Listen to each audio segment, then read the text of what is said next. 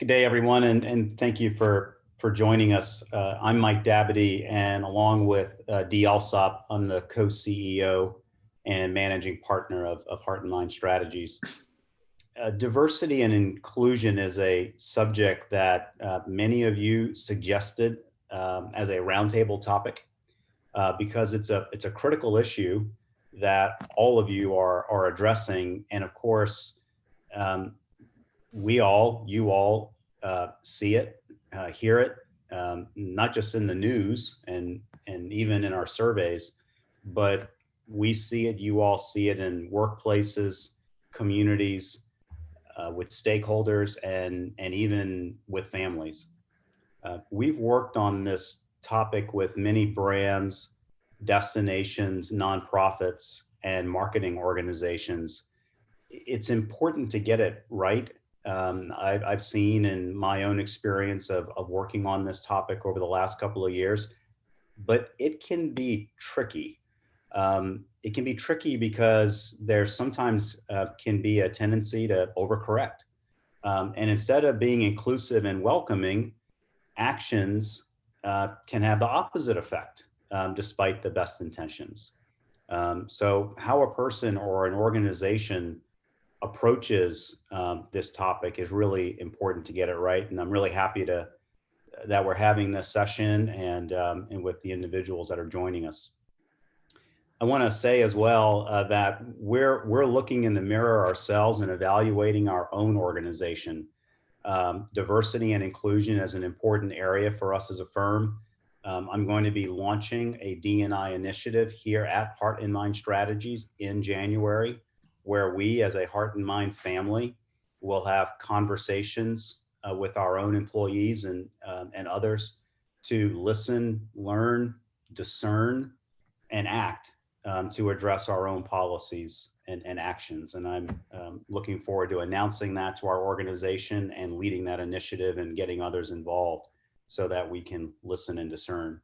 So the conversation today, I hope, will inform what you all said that you would want to have a conversation around and would want to listen and learn more about.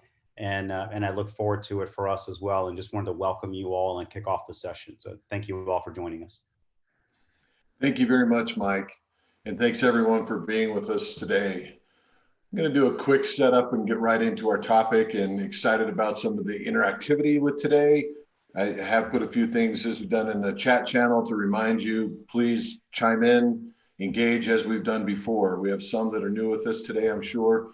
Others have been with us many times, but we do want to make sure this is an environment where we learn and we grow together, and we focus on that. You know, across the country, there's increasing dialogue around this topic, what it means, how we integrate it into our organizations, and frankly, how we live and we work and we play together.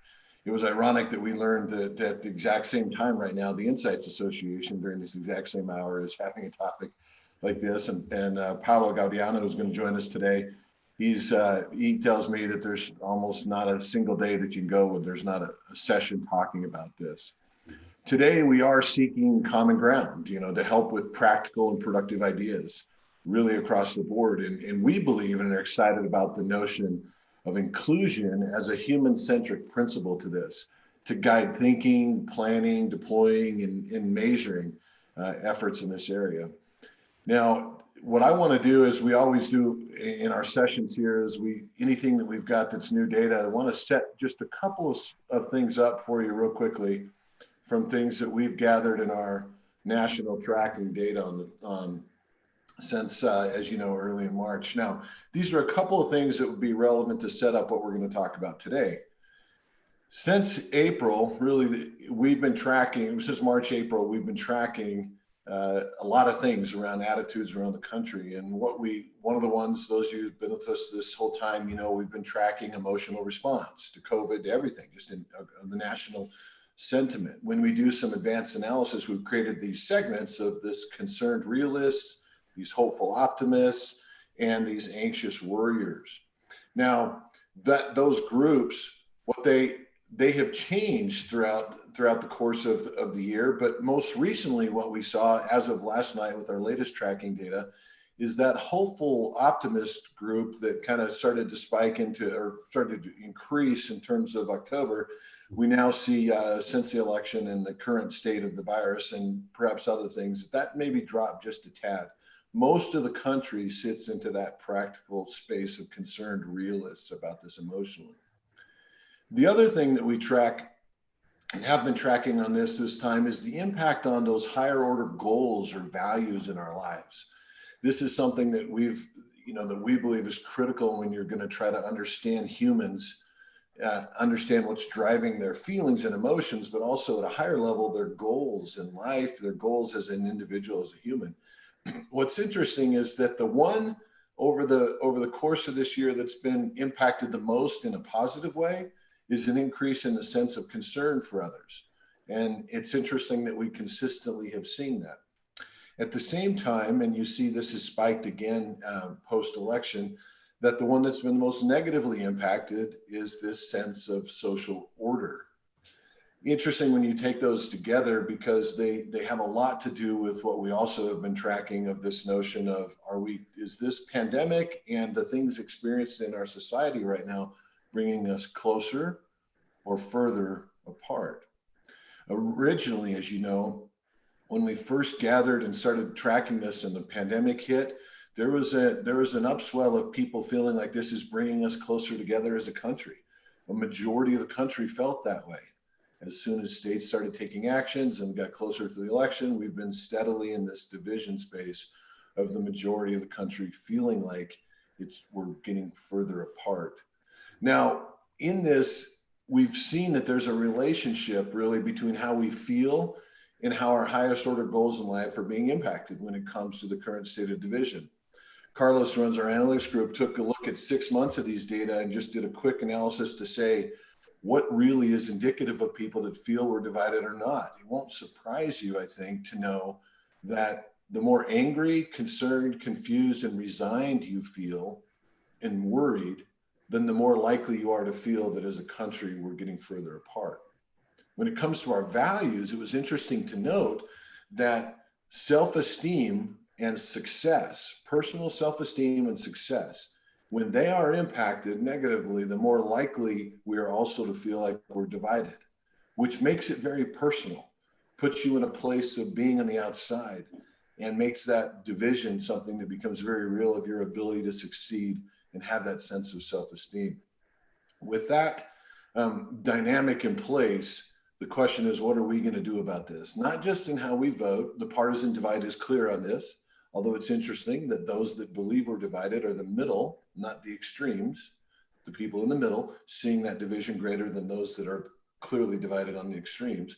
But what are we going to do about this? Not just in how we vote, not just in how we do our work, not just in how we build and staff our teams, and not just in how we serve our customers, but how we live, play, and engage with each other. And so that's why we're really excited to have this dialogue about inclusion. So I'm going to turn it over to Carol Gestalter, who's one of our senior consultants that runs our practice and corporate reputation.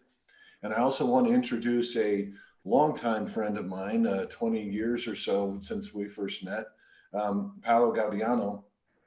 Paolo is the co-founder and CEO of Aleria, and he has been working on this issue for the last number of years and has really came upon some powerful ways of thinking about the idea of inclusion in this. And I won't go any further than that. I'll let him describe that.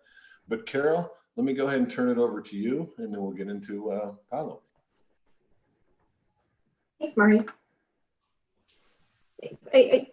Building on Mari's comments, that we really are beginning to see an acceleration of intent to progress on issues related to diversity and inclusion, especially as we're looking over this past year, and a sense that organizations are taking a broader and maybe even a bolder focus and a set of actions to create more long-lasting inclusive cultures and looking to promote more inclusive behavior and deepening that stakeholder engagement that Mike talked about with those folks that matter most to their business. And I think overall that business leaders and brands are really asking themselves some tough questions. If, why, how should they be thinking, and and acting differently when it comes to the role that they play as leaders in promoting diversity and inclusion in their organizations. And just to highlight that, I pulled out some interesting headlines just that came from this past week. That first one, NASDAQ's push for diversity will be good for business. There was an article this week that NASDAQ has requested from the SEC approval to require that the more than 3,000 companies listed on its stock exchange to improve their boardroom diversity, specifically by appointing at least one woman and one minority to their boards. And in doing so, they have presented a business case that indicates that the relationship between the diversity of the executive team and the likelihood of financial outperformance is strengthening over time. The second one, with respect to Fortune, Fortune did a self-evaluation of all of their stories, their features over this past year. And they found that they had assigned about 2/3 of those stories to men, 1/3 to women, and just over 10% to people of color. And in reflecting on that, they made a commitment that diversity ought to be better reflected in the people that they cover, the people that they quote, and the people that are doing those stories. And they've made a commitment to begin to collect and report on diversity and inclusion metrics and to hold themselves accountable for a broader commitment to diversity and inclusion. And then that third point, the Rasmussen poll released this week that 47% of voters believe that diversity of thought and opinion is more important than diversity along demographic lines. And at a 2-to-1 margin, these voters tend to believe that demographic diversity alone does not guarantee diversity of thought and opinion. I found that particular statement to be very profound. So, demographic diversity alone does not guarantee diversity of thought and opinion. And then lastly, there's a few quotes at the bottom of this page that represent the views of leaders that attended a multicultural summit just this past week that Adweek posted. And I think it really reinforces that diversity inclusion has moved really to the top ranks of leadership priorities. Brand and reputation leaders alike are learning to stress that importance of authentic outreach, stakeholder engagement, and meaningful action on the topic of inclusion. And as Mike mentioned, the work that we do with you every day, we know from that work that there's growing evidence that diversity and inclusion is an important ingredient in creating organizations where employees, our own employees, and other stakeholders feel a strong sense of welcoming and belonging. And really, that's what translates into that sense of our ability to contribute to organizations, improve productivity, improve performance, and help to drive business success. So like Heart+Mind, Paolo looks through the lens of that human-centric vantage point. And that's really what we're going to focus on today. And we're really delighted to have him join the panel. Paolo? Let me unmute myself so that you can actually hear me. Sorry, I'm getting some feedback from somebody. Okay, great, thank you. Carol, thank you so much. Maury and Mike, I really appreciate, and Maury, is, you and I go back along quite a ways, and I'm delighted to be a part of your world again, and I hope that today people will enjoy some of the things that I have to say. And I want to start out, there is actually some of the comments that Carol, both the data that Maury reported and the data that Carol cited are going to be quite interesting in the first few slides. There are some of the things that I hear that I actually find slightly concerning. And I know there was one question already in the chat that kind of went in one of those directions. But really, what I'm hoping you will get out of it today is something that will really change the way that you think about diversity and inclusion, and that hopefully will really open your mind to the fact that there are many, many other ways, or that there is at least one other way to think about diversity and inclusion that I happen to believe is it makes it easier to deal with it and also gives us a much clearer path for what we should do. And the way that I'm going to do that is going to be through 4 parts in this presentation that I'm going to now share. Let me do a screen share.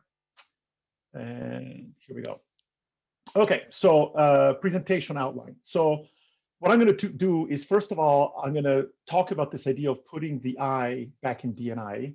And then I'm going to show you why I'm so obsessed with the inclusion side of the company, or the inclusion side of what drives the performance of a company, as well as diversity and how those two play together. We're going to talk specifically about what we have discovered about inclusion, which is that part of the reason why it's so difficult to think about it, or measure, is because of the fact that it's invisible. And then we're going to have some closing remarks. I do want to start, before I jump into the material, I want to make one comment. Normally, my co-founder and CEO, Lisa McGill, would be joining me. Sometimes she gives presentations, sometimes I do. Today, unfortunately, she was not available. I do want to address an important topic, which is that for those of you that have been doing diversity and inclusion work for longer than I have, I've been doing it for 5 or 6 years, so really not that long, although I've been interested in it for a much longer time than that. And also, I want to acknowledge that not only are there people that know more about diversity and inclusion than I do, but also it's pretty obvious to everybody here that I am a white male person. I also happen to be cisgender. I happen to be heterosexual. I happen to be fully abled. And so one might ask, why am I talking about diversity and inclusion? And I hope that in a way, the work that you see will be an answer to that. I am an immigrant, which of course is not really, barely puts me on the radar for, the diversity number, so to speak. But this is something where I've brought literally 30 years of experience in academia, in corporate consulting, in nonprofit world, thinking about ideas and then realizing that there's something very, very important that I felt needs to be shared with the rest of the world. So again, I hope that those of you that know this material better than I do will give me the benefit of the doubt for a few minutes, and hopefully the content that I present will be something that everyone will find of interest. So with that, let's just jump into the first part, and that is putting the I back into D&I. Everybody that we talk to, and when I say we, I'm involved both with a for-profit called Aleria, that works on corporate D&I, a nonprofit called ARC that focuses on diversity and inclusion research, and an academic research center. And everybody really wants to know this. How do diversity and inclusion, or how does D&I influence company performance? You just heard Carol talk about the information that the NASDAQ shared, in which they basically pointed out that there is a lot of data that suggests that greater diversity and inclusion are correlated with greater company performance. But what is disturbing about it is that in spite of the growing correlation, there is a lot of evidence that the results actually are not there. There was a great book that was published by Pamela Newkirk of New York University late last year, in which she collected data from multiple fields, showing that in the last 5 decades, there literally has been no advancement. And there was also a very interesting article in HBR about 2 weeks ago, in which the authors, who themselves have been working in diversity and inclusion for more than 2 decades, came to the conclusion that a lot of the data that people cite to support the business case is really not right. And it's really not as conclusive as some people like it to be. And they point out that even asking to provide a business case for diversity is really kind of the wrong thing to think about. After all, what is the business case for a homogeneous company? So we have a lot of problems. And when you're starting to hear internal strife and internal disagreements, it kind of makes you wonder, okay, what is going on and why is this happening? And I firmly believe that one of the reasons why we're starting to see these issues is this notion of what I call the D&I disconnect. The vast majority of people that talk about D&I, or sometimes you will hear the initials DEI, which stands for diversity, equity, and inclusion. I'm not going to go into the differences in the definitions, but in general, there is this broad field of people that look at diversity and inclusion. And the problem is that the vast majority of the studies that we hear about and the initiatives focus exclusively on diversity. The NASDAQ resolution, or the announcement they just made, focuses on diversity. It's not focusing on inclusion. And more importantly, it's not just diversity in general, it's representation. And then you get into issues like the one that Wendy in the chat room pointed out. It's like this idea that diversity of thought is more important than demographic diversity. That's a really thorny issue that deserves its own 60-minute conversations. But let's just say that it has been used to argue against demographic diversity, which is just really not a good thing. So we all have to be very careful. And as Maury pointed out early on, and other people, it can be a bit of a minefield. The work that I'm going to show you is going to try to sidestep some of these issues and really get to the heart of matters. Now, why do we focus on diversity and on representation in particular? Well, we do that because, quite frankly, diversity is easy to define and it's easy to measure. The EEO form that you see in the left panel over there is something that actually has been around for a long time, and it's how a lot of companies are mandated to measure representation in terms of ethnicity, in terms of gender and other characteristics. So this makes it relatively easy, at least superficially, to measure representation. On the other hand, inclusion is hard even to define. There are many definitions of inclusion, and one of the ones that is very common is the one by the great Werner Myers, who said, diversity is being invited to the party, inclusion is being asked to dance. This is a great quote that really has a lot of intuitive meaning, but unless you're running a party company, how is that going to help you figure out what to do in your company? What I'm going to suggest to you is that while I firmly believe that diversity in all of its forms is absolutely crucial to the success of our society, by itself, diversity is not enough. And let me explain why with a simple thought experiment. Suppose that I showed you 4 companies and asked you which of them performs better. One of these companies is completely homogeneous. The other company maybe just pays attention to just doing, let's hire a token person of color or a woman or a person with a disability. A third company hires diverse candidates, but only in lower level ranks. And finally, the fourth company is fully diverse. And if I were to ask you just by looking at these pictures, which of these companies will perform better, the answer is you don't know. Nobody knows. The reason why we don't know is because we don't have any tools that can help us to evaluate the impact of diversifying human capital. Now, many of you understand marketing. Many of you know what programmatic is all about. What is programmatic doing? It's helping you to optimize the diversification of your marketing assets to maximize sales. Just like in finance, portfolio management helps you to diversify your financial assets to maximize returns. When it comes to human capital, we don't know how to do that. Now, this is a huge problem because for most companies, human capital is both the most valuable asset, because without people, you don't have a company, but it's also the most expensive budget item. And in fact, I like to play a little trick on people or do a little poll, but we're not going to do the poll right now, but just to give you a sense. I like to ask people, let's look at 2 numbers. Total annual spend in advertising across every channel, every company in the United States versus total payroll spend, not labor costs, just payroll spend across every single company in the United States. Which one is bigger? Depending on the audience, some people guess correctly that payroll is larger than advertising, but even the most seasoned HR veterans typically do not realize that payroll is actually 30 times bigger. Now, these are 2019 numbers. I'll be curious to see where they come out in 2020, but they've been very consistent. Very consistently, we spend roughly 30 times as much on our human capital than we do on advertising. Then why the hell are we optimizing advertising, optimizing supply chain, optimizing logistics and inventory and where we invest our money, but we don't do that with our people? Why do we know the value of diversifying all those other assets, but not the single most valuable asset of our company? That's a big problem. What I've seen happen, and I heard, in fact, some of the comments that Maury was making earlier, is that there's this notion of the complexity, and Carol also made a comment about the complexity, right? So what people often do, because this is a really complex problem, is to take what I describe as a reductionist approach. We're going to try to divide and conquer. We're going to try to think about how diversity and inclusion impacts our innovation teams, how it impacts our creativity, how it impacts our sales, how it impacts our ability to retain and recruit talent.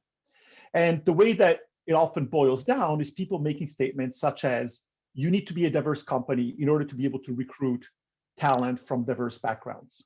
You also need to have a diverse company in order to be able to retain the workers that you tried so hard to recruit.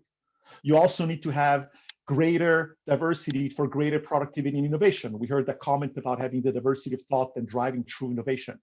We also hear about people saying, well, of course, you need to have greater diversity, both to reach broader markets and to make sure that people actually want to come and work with you. So it's really about reputation in general. What virtually everyone who takes this kind of mindset fails to realize is the fact that these are intertwined and they cannot be separated and studied in isolation and then put back together. And let me give you an example that, again, echoes some of the comments we heard from Carol, about the unintended consequences. Suppose that I'm a company and somebody comes to me and says, we want to increase diversity. And just like so many companies are doing, the easiest place to think about it is to focus on recruitment. So what we're going to do is go out and team up with some HBCUs, some historically Black colleges and universities, or maybe some MSIs, some minority serving institutions. And we're going to hire some people at the entry level from those groups. So maybe we hire a bunch of Black engineers into our company. So by doing that, lo and behold, our recruitment numbers go up, we have greater diversity. Now, day one, these people come into the company and they find that their managers doesn't assign them the same quality of tasks as they assign to other people. They don't understand some of the cultural issues. The leadership doesn't look anything like them. And back in the day, pre-COVID, you go sit down in the cafeteria, people get up and move away from you. What's going to happen? Well, as it happens in many, many companies, these people leave. When they leave, your retention goes down, specifically as it relates to diversity. Your productivity over the whole company goes down because now you have to re-recruit, rehire, and retrain people that you've just lost.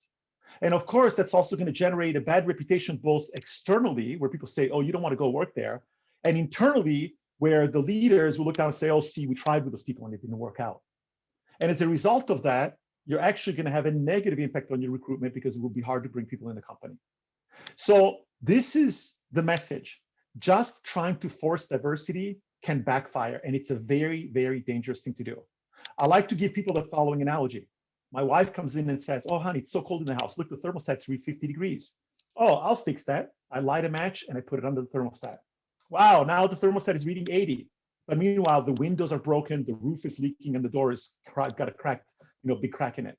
Okay, so you have to be extremely careful because just focusing on diversity and trying to force diversity is misguided at best, and it can be very dangerous. So how do we fix that? Well, I'm going to show you now why we, meaning my colleagues and I, are convinced that inclusion is really the key. And then later I'll show you how you can actually define it and measure it in a very tangible way. Another thought experiment. Suppose you have a perfect team, 6 people, 10 people, doesn't really matter, 6 people for convenience. And what I mean by perfect is that each of them is performing at their peak. And as a team, they all work perfectly together. It just simply does not get better than this. Now, suppose that something happens in the company. Maybe one person is always being asked to do menial tasks they don't want to do. Maybe they're not being listened to in meetings. Somehow this person is made to feel less than they would like to. And that interferes with their ability to work. What's going to happen is that their productivity is going to go down. What will happen to the team? Well, clearly, productivity of the entire team will also decline. If you now do that to a second person, not only will the productivity decline because of the loss of productivity of the second individual, you're going to start to see these ripple effects where now other people in the team are going to have to pick up the slack and they're going to feel stressed because their team is not performing very well. And pretty soon you get a dramatic decline in the performance of the entire team. Now, I want to make a clarification about the example that I just made. Even though I used colors here just to represent the different people, I didn't say anything about Black people, women, people with disabilities. The take-home message that I want you to get from this example is that anything that a company does that makes any employee feel excluded because of personal traits impacts the whole company adversely. In other words, if you're not being inclusive, you're shooting yourself in the foot. There's nothing about race, nothing about sexual orientation, gender identity. This is a universal statement. So conversely, as companies, we should do everything that we can to create an environment in which everyone is able to have maximum productivity, which is, of course, means being really satisfied in what they're doing. And if you think about it, this makes sense because what is a company? We talk about a company influencing the people, but the company is nothing but the collection of people. It's not the building.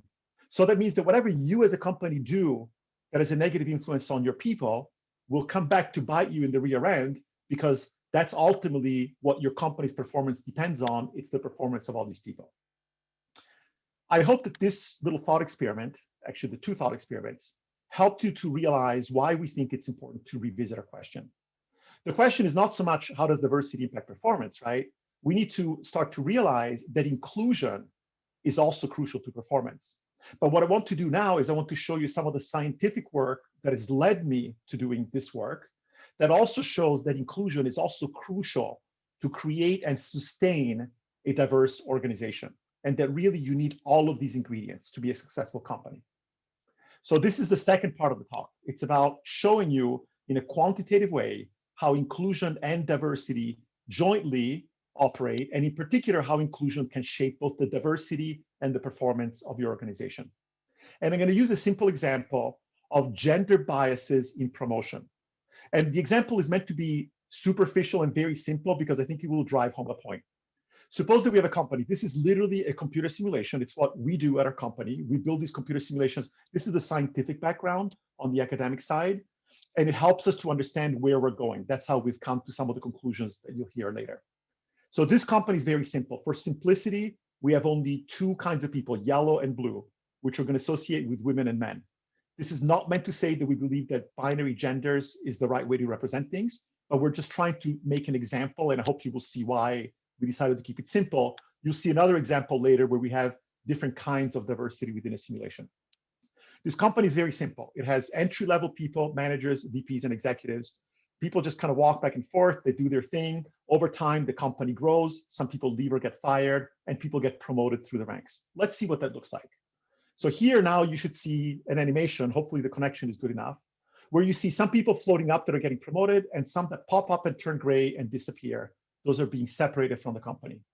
The punchline is that when we run the equivalent of about 5 years, we see that no matter what, the balance remains roughly 50-50. There is a bit of variation because of randomness, but the fact is that when you run this multiple times, the number of men and women stays roughly even at every single level of the organization. And then we ask the following question. What happens is if we introduce a bias in the way that we promote people based on their gender? What happens if I now change the simulation so that when I'm promoting somebody, instead of only looking at seniority, which is what I was doing before, if you are a guy, you get a slight advantage. Not that that ever happens in any company, right?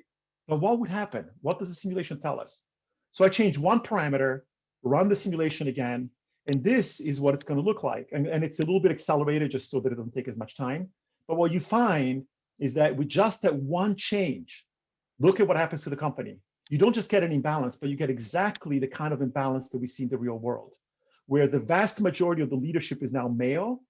And even though we're hiring the same number of men and women, we have more women at the entry levels because they're stuck there while their colleagues are getting promoted. Now, this may seem like a little toy exercise, but in my academic side, with one of my graduate students, we have actually pre-published a paper in which we studied data from McKinsey and Lean In, showing the kinds of gender imbalance that a simulation is able to replicate. And we were able to match our simulation to the data extremely accurately, simply by changing the percentage of men and women that are hired and how much bias there is in the promotion. And as you can see from the comparison between the dark gray bars, which is the real data, and the light gray bars, which is our data, you can see that this model can explain very, very clearly how a simple form of not being inclusive, meaning promoting people with an advantage based on gender, leads to the kinds of things that we see in the real world. So what I hope this particular graph shows you and convinces you of is that inclusion drives diversity. Women are not making it to the upper ranks because they're not being treated equally in the promotion process. And that's just one example of inclusion. Now, I mentioned earlier that inclusion drives both diversity and productivity. Well, of course, when people are not being promoted and they get passed over, their satisfaction will plummet. One of the beauties of these simulations is that we can literally see what's going on inside the brain of every single simulated employee. And whenever somebody finds that a more junior person got promoted ahead of them, they get disappointed. And that disappointment goes away. We use realistic models from behavioral science, but over time that accumulates. And here you can see the yellow line that goes like this is the average satisfaction across all women. And you can see that it plummets and it's much lower than the satisfaction of men. And that translates into dollars and cents because the individual productivity declines. It's very well known that productivity goes down as a function of satisfaction. The team productivity declines, as we just explained in the example earlier, and therefore your overall company productivity declines. So it's a pretty big deal, okay? Now, I'm gonna go fairly quickly through a couple of slides because I wanna get to the more important part, which is the measuring inclusion. And I'm gonna do one exercise that's based on what we do when we're trying to analyze some of these pieces individually. But we just showed you how diversity and inclusion impacts productivity. Now what I want to do is focus momentarily on recruitment. Again, understanding that they're all tied together, but let's look at what happens. Just like in that simulation, we focused just on promotions. Let's look at a slightly different aspect. I do sometimes a whole webinar on recruitment, and happy to invite anybody that's interested in following up on that. But one of the things that we realize is that, again, we think about this from the human-centric perspective. We think about the experiences of individuals. Suppose that this gray rectangle represents every potentially successful employee, that if only you knew them and you brought them into your company, that would be really great. That's the universe of all the potential candidates. What's going to happen is that some of these people don't even know that you exist, because maybe you don't advertise in their space, maybe you don't know how to reach them. So they don't even know, because of lack of awareness, they don't know that you exist. That shrinks the rectangle. Now what happens is that some of the people may just not really care about you. They may be, for whatever reason, they may just think, oh, I didn't even know that this company really was doing anything that was interesting to me. Or you may have a reputation that is actually negative with them. Each of those actually restricts the pool of candidates that is available to you. Eventually, you get people that apply, but we're not done. Because if you don't have a properly trained staff and a diverse staff, unconscious biases are known to creep in to the recruitment process. So you may not even invite people for interviews because of their name, because of their gender, because of their ethnicity, because of a number of other criteria. And those that do get invited, they may go to an interview and somebody might say, oh, you know, I wouldn't feel comfortable going out for beers with that person. Let's not make him an offer. That's known as pattern matching. That's another very, very thorny example of bias that can drive the selection of people. And then finally, now it's becoming illegal in a lot of states to ask for prior salary. But one of the big drivers behind gender pay gap and ethnic pay gap is because of the fact that people that are initially underpaid will continue to be underpaid throughout their careers. And so some people may get a low offer and may not join. And so here are the people that you are actually able to make an offer to. And what you've done is you've dramatically shrunk your pool of talent, which is a big deal, because shrinking the size of your candidate pool will at a minimum cost you money, because, you know, supply and demand.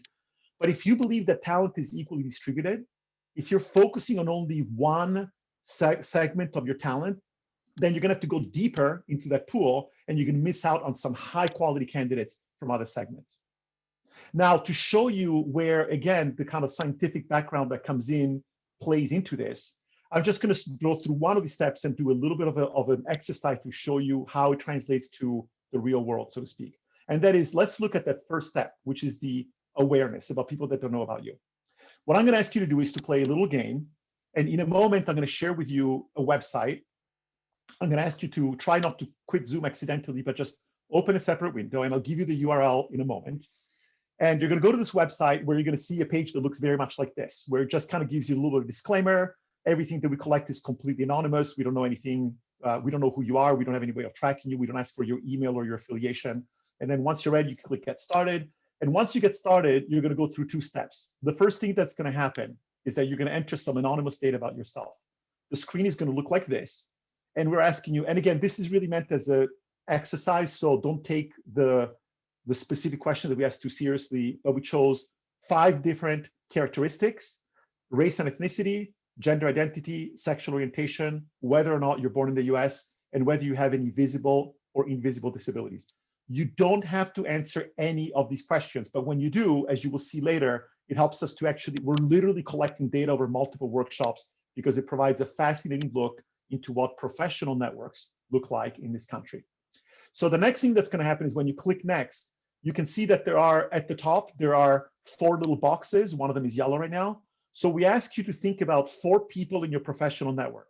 These could be friends, not friends, but let's say professional friends like Maury, colleagues, classmates, partners, advisors. And then starting with each person, for each of those same 5 traits, you don't have to tell us who they are or what they are, but you just have to say, are they the same as me? Are they different than me? Or do I not know? And with each one of them, as you fill out those 5 buckets, you're going to get a score that's going to be somewhere between 0 and 5. And the question is, what is your score? What is your relative diversity to that one person? And when you repeat that same exercise, so this diversity score gives you your relative diversity with one person. And when you repeat the same exercise for the other people, you're going to accumulate what we call the network diversity score. Okay? So don't think about it too much. Just think about the first four people that pop into mind. And what I would like you to do now is go to this website, and I'm going to pop it into the chat. Let me see here, but it's very easy. It's trusted4.com. So https://trusted4.com. So what I'm going to do is I'll give you, let's say, 4 minutes. It shouldn't be very difficult. If you don't finish all 4, it's okay, because we count every single one that you enter. So if you can please play that game, and I'm going to put myself on mute, and I'm going to put a timer, and let's come back at 1:45 p.m. All right. So This was part of that one interactive that we were talking about, everybody, and it'll be fascinating to see what we get from this, Paolo.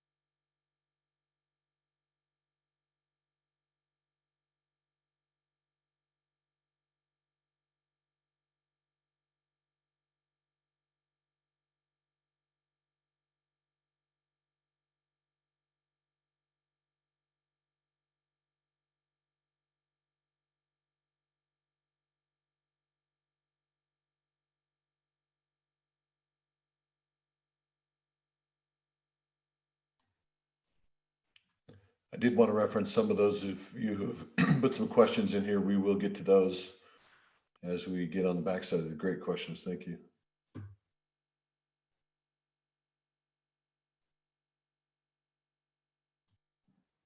and I'll be trying to answer some of the technical questions about the exercise. So let's try to wrap this up in a minute.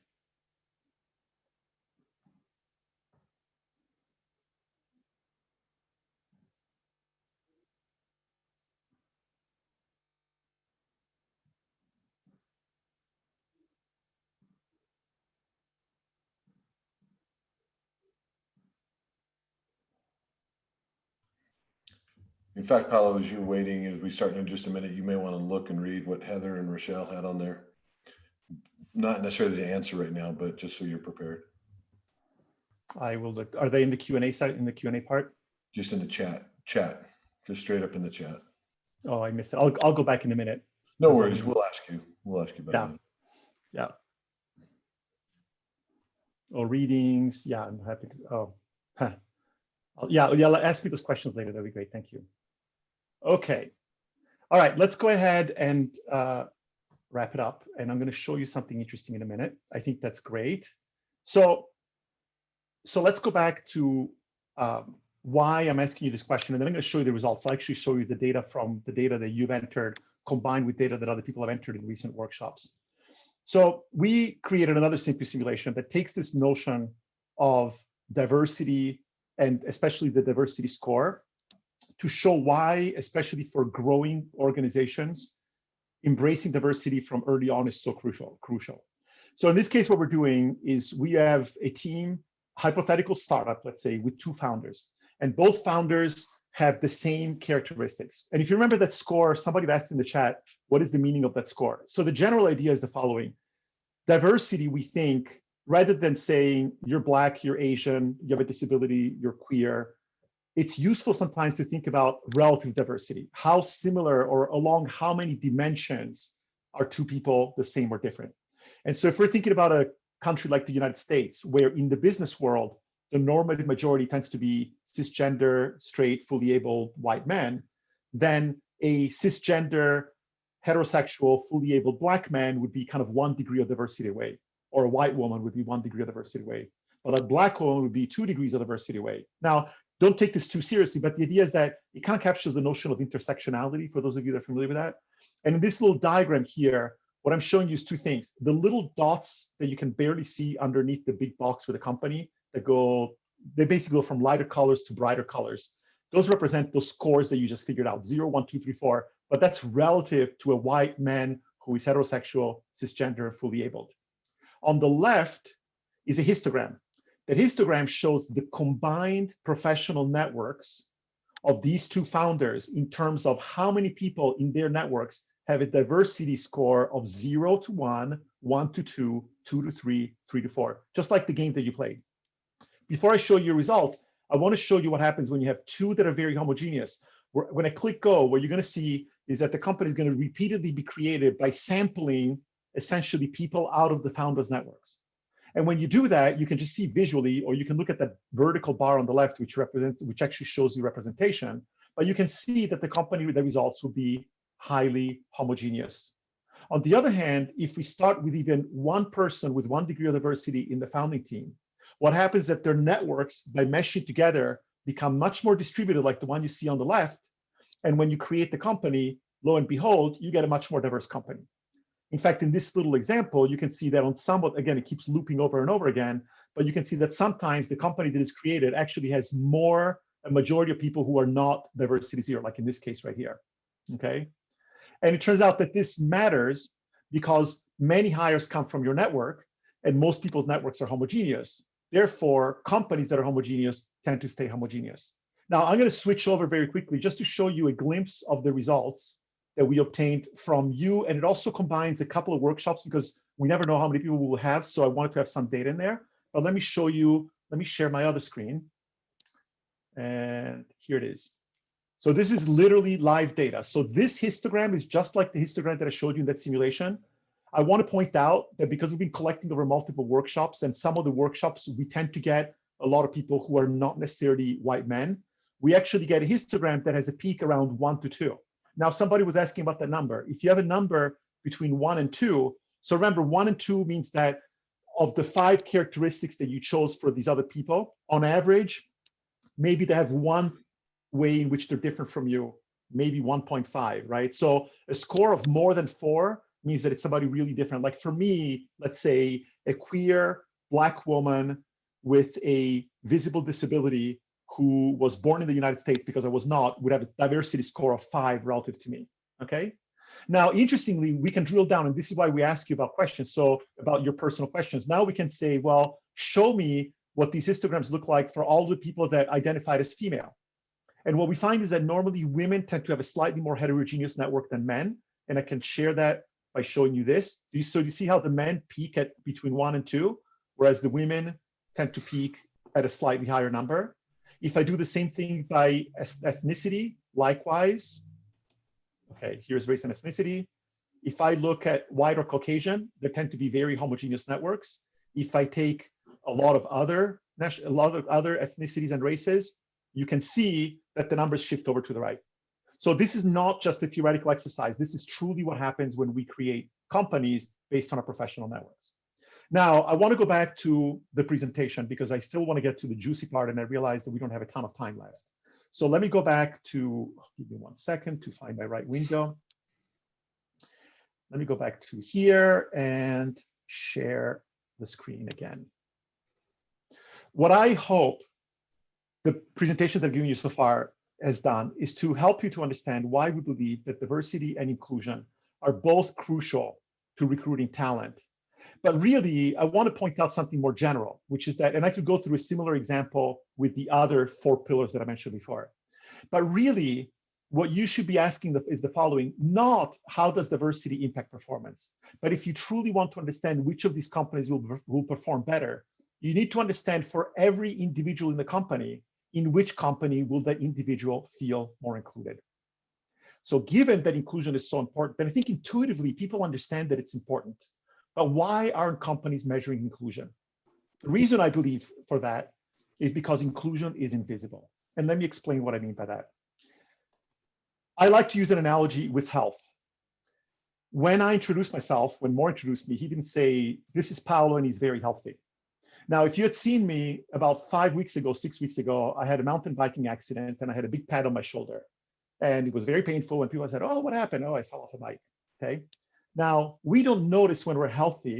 We notice when we are unhealthy. Similarly, we don't notice inclusion. That's why it's invisible. We only notice when we're missing inclusion. In other words, we notice when we're being excluded. And this has a very, very important corollary. If you are, like me, a leader of a company, you're white, you're male, you're straight, you have all your abilities, you are the least likely person to notice exclusion around you. Just like if you're a very healthy person, you don't know a lot about diseases. If you get included all the time, you don't notice that exclusion exists.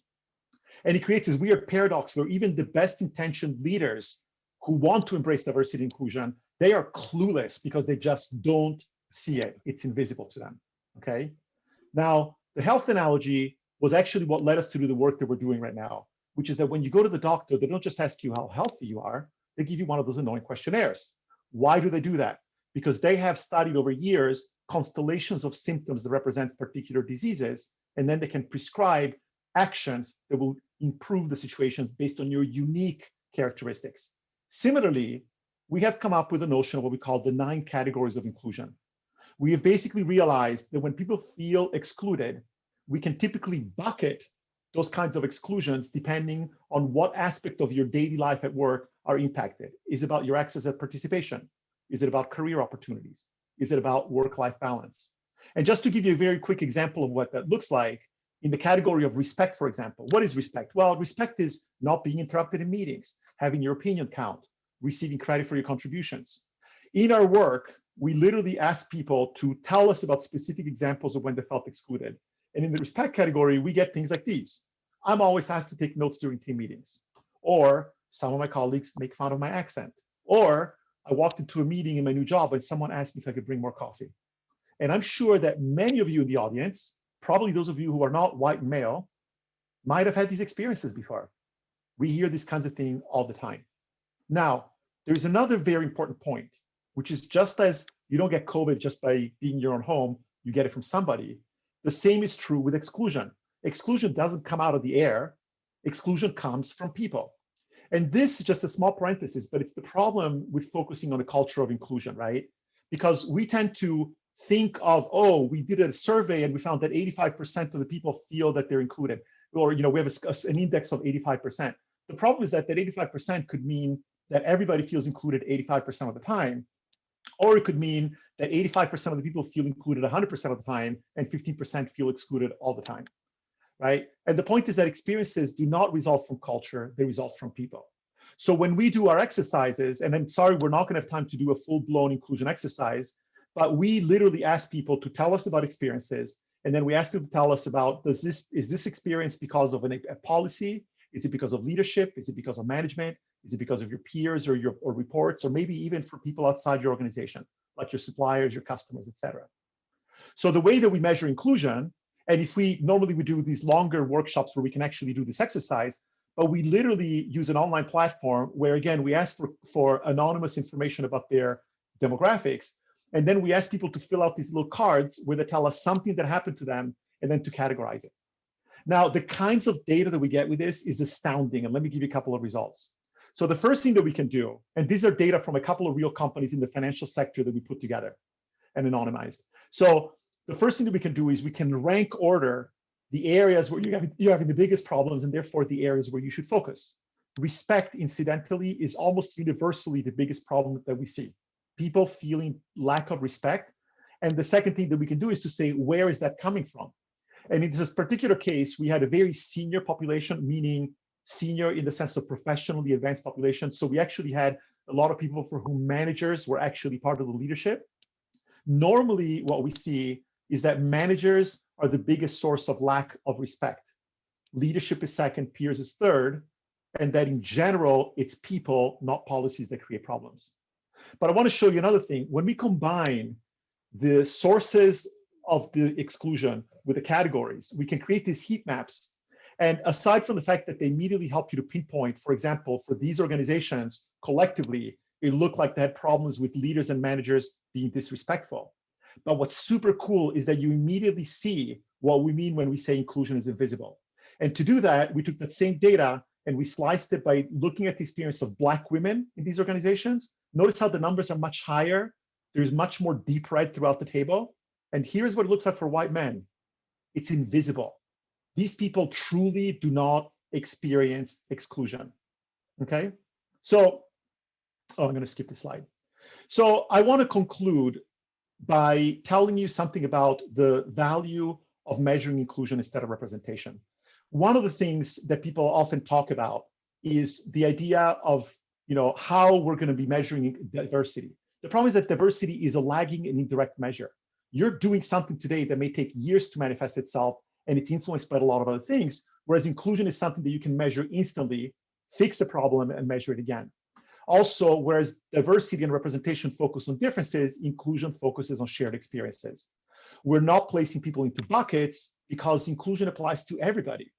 And we can account for intersectionality, as I just showed you, because we're literally measuring how, for example, being a queer Black woman impacts you differently than being just simply a queer white man, for example. And lastly, one of the things that we love about inclusion is that whereas diversity tends to encourage a zero-sum game mindset, let's abolish affirmative action because it's reverse racist, because we're giving jobs to Black people and hurting white people, which is crazy, but people think that. Instead, we can show with inclusion how we're growing the pie for everybody. So to wrap up, I hope that you got a sense of a different way to think about diversity and inclusion, why we believe that inclusion is crucial to performance and to diversity, why it's invisible, and how to measure it. And I would like to conclude by saying that there is no silver bullet. When people come to us and ask, what's the one thing that I can do? What's the silver bullet that's going to make my company more inclusive and diverse? I ask them, what's the silver bullet for sales? What are the two things that you can tell me that will guarantee that it will sell my products, that will guarantee that I will have the best marketing possible, that will guarantee that my product will sell like hotcakes? The answer is there is no silver bullet, because every organization is like a unique ecosystem. And what every organization shares is the importance of making sure that everybody feels included. Thank you very much. I'm sorry there is only 1 minute left, but I'm happy to stick around to answer any questions. Thanks, Paolo. Let's get a couple of questions. We've had a few good ones come through in the chat function. So I'll address the first one here from Heather. Could you speak a little bit to the thinking on how this can apply to measure really team performance as opposed to individual performance and overall performance? And she goes on to indicate that, the performance of teams, there's some research that suggests that there's age diversity and why that would be. So if you could speak a little bit to that, Paolo. So yes and no. I think that some of the points that I've tried to make kind of transcend whether you're looking at teams or companies. But what we are finding is that if you have, in terms of actually measuring it, if you have enough data, meaning that you can ensure the confidentiality of people, you could certainly apply this methodology at the team level instead of the company level. One of the things that we try to emphasize, however, is, again, there is a tendency for people to, let's focus on team performance. Let's focus on recruitment. Let's focus on this. And again, I want to caution you that every time that somebody has looked for like the one thing that we can fix, in most cases, it's not enough, right? So I would say if you try to encourage a spirit of inclusion through the entire company, and you measure inclusion in the way that we recommend, and you do it regularly, you should be able to identify some of the big problems that are holding back your company from being able to perform at all levels. Now, if you find, for example, that a particular division or department is having particular problems, then you might want to go in and actually drill down on that. And as to the question about age diversity, again, I personally profoundly dislike the focus on specific characteristics, because in a way, what we're trying to get to people is be inclusive. Make sure that you learn what it means to do things that offend other people. And yes, sometimes it has to do with age. Sometimes it has to do with body shape. Sometimes it has to do with religious beliefs. Sometimes it has to do with political affiliation. But the more you try to slice and dice it and pinpoint it and say, oh, let's fix this problem about ageism, you're doing yourself a disservice, because you're kind of losing sight of the forest by trying to focus on the individual leaves. So my recommendation, again, it goes back to that one of the final slides, is like, let's not focus on the buckets. Let's think about how do we make sure that we're doing this at the whole company level, and let the data guide us as to where we really need to put our focus. Perfect, thank you. How about some recommended reading? So I know a lot of us are very interested in this topic. Are there any particular books or sources that you would recommend? This work is pretty new, as you might imagine. So I've been doing the research, as Maury knows, the work that we used to do was using these simulations for marketing and understanding consumer behavior. And I started doing this in the diversity and inclusion space about 5 years ago. I've published a number of articles in Forbes. I write for Forbes. And if you look up my last name, I think you can see the spelling on the screen, but if you look up my last name on Forbes.com, you'll find a gazillion articles. I probably have about somewhere upwards of 90 articles now. And in the last couple of years, especially, if you do a search for Gaudiano inclusion on Forbes, you'll find a few articles that tell you specifically these ideas about inclusion and how to measure them, et cetera. I am working on a book, but I've been saying that for a while now, and I don't know how soon that will be out. Other than that, I don't know of anybody else that's measuring inclusion the way that we're measuring it. And we just want to get the word out, because we think that the diversity and inclusion field, I'm terrified that as people keep pouring money into it and the needle does not move, if we don't do something dramatic, that's not going to be good for the field. So we are very, very eager to get the word out. People, we write about it in Forbes. We tell people exactly how to do it. Our goal here is not to sell what we do, is to get people to embrace this notion of thinking about diversity. But yes, I would say Forbes, and where I write, is the only thing that really talks about our approach. There are tons of really, really great books to help you understand various aspects of diversity. Whether it's, there is a great book called So You Want to Talk About Race by Ijeoma Oluo. I highly recommend it to anybody that wants to understand a bit better about racial issues and how to deal with some of them. I mean, there's a bunch of other really good books, but none that I know that really focus on inclusion the way that we do. And Paolo, though, in the work that you do, beyond a US-centric look, have you developed models as you're looking a little bit more broadly and more global? I know a lot of our clients represent global organizations.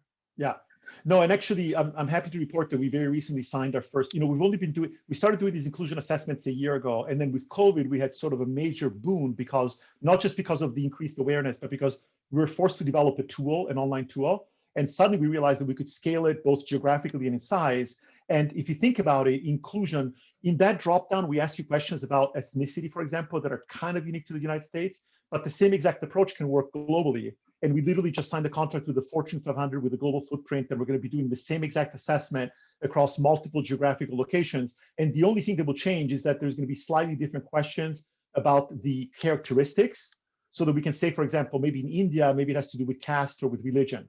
Whereas in the UK, it may have to do also with ethnicity or some of, immigration status or whatever the case may be. But the principles are exactly the same. There's nothing about being inclusive to people that says, I'm being inclusive to Black people in America. I could be inclusive to people of a low caste in India, for example. So that's another thing that I didn't mention in the bullet points, but that's another benefit of working with inclusion instead of representation. And have you found in the work that you've done with clients, kind of a sense of a time frame of how long it takes to move from action based on the learnings from this type of a tool until you're seeing meaningful change within the organization? So our first full-blown project that we did with a large enough company to see that, we ended it in September. It was about a 3-month process. We started in late May and we ended up in September. What I mean by ended up is that we collected all the data. We did multiple workshops with various parts of the organization. and then analyzed the data and gave them a bunch of recommendations and basically said, here's what we think you should do. And they've now come back to us and said, and we said, you should go and find some consultants that do these various pieces of kinds of D&I training. And then we'd be happy to come back 6 months from now and measure it again, or whenever, 3 months, 6 months. They just came back to us and said they actually want to try to work with us more closely to help them design their own internal programs, which is something that we don't typically do. So we're trying to figure out how we're going to do it exactly. So long story short is we have not done that yet, but we're working on tools that will enable companies to keep tracking things in real time, because in practice, there is no reason why you can't do an assessment, find a specific problem, create a program. For example, managers are disrespectful of African-American women during meetings by doing A, B, and C. Do a very focused training, suggest that they do that, come back a month later and measure it again. There is no reason why you shouldn't see that change immediately without having to wait 6 months or a year when you've recruited, rehired, et cetera. So it's a little bit too early for us to tell. Ask us again in 6 months. But right now, at least in terms of the enthusiasm that we get from the people that take the workshops and the leadership that asked us to do it, it's very, very positive. And certainly the leadership we spoken to was blown away by the fact that, hey, instead of doing, let's shut down the whole company, do, a half day of diversity and inclusion training. And I'm not hinting at anyone here, but I know I want to be careful what I say here. But, that is valuable, but it has limited value. Being able to say, let's take this group and do this training can be significantly more effective in a shorter term. Great, thank you. Hey, Mari, we'll turn it back to you for any final questions and a wrap up. You bet. I did have one on, Paolo, when you do that exercise with the scores, the individual scores, have you had a practice of doing it with teams, that teams then could look at their team score, or do you find that a productive exercise of sharing beyond the organization overall? It's an interesting question because as I mentioned, I wear multiple hats, and one of them is on the nonprofit side. And we came up with an exercise for startups. And so they tend to be very small groups because, especially because it focuses on growing an organization. And so we've honestly not thought about doing that in, let's say, in corporate teams. So when we've done it with startups, it tends to be a team because usually they tend to be much smaller groups and the whole thing works as a team. But we haven't thought about doing that as an exercise in individual corporate teams just to see what that looks like. It's an interesting idea. I mean, maybe it's something that we should maybe consider doing. Yeah, one of our participants had asked that particular question, and okay, and it strikes me as interesting as well that what this really gets to is the core of the human experience, as opposed to trying to solve for something on a list of checking boxes, and also Absolutely.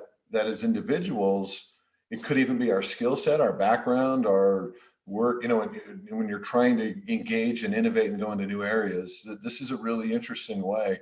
What I especially like too is that you got to some very concrete ways that you could measure this as manifested in the behaviors and then the feelings associated with those behaviors. So, yeah. and just from the comments that we're seeing through the chat on this, is fantastic. So, yeah. By the way, I would like to make one last little comment. Wendy at the beginning had asked the question about when Carol had made a comment about the demographic diversity versus the demographic diversity, which is a very, very slippery slope. And I would highly encourage people to be extremely careful of that because it can lead to people basically saying, oh, we have a room full of, they're all blonde, blue-eyed people, but they all have very diverse backgrounds, and therefore that's sufficient. And that can be used as a way of basically shutting down efforts to be more diverse and inclusive. What I would like to invite everybody on the 17th, on Thursday the 17th, my colleagues and I are doing a workshop that is supposed to be for startups, but it's one that I call the Mythbusters. And I created a webinar, and it's really kind of most of my work, and it reflects a lot of my writing for us, that specifically tackles things like the pipeline problem, lowering the bar, why it's a bad idea, for example, to recruit from top schools and things of that sort. And even though it's supposed to be it's a free workshop, if anybody's interested, drop me a line. But if you look up on December 17th, I will say, I'm going to pop a link in here.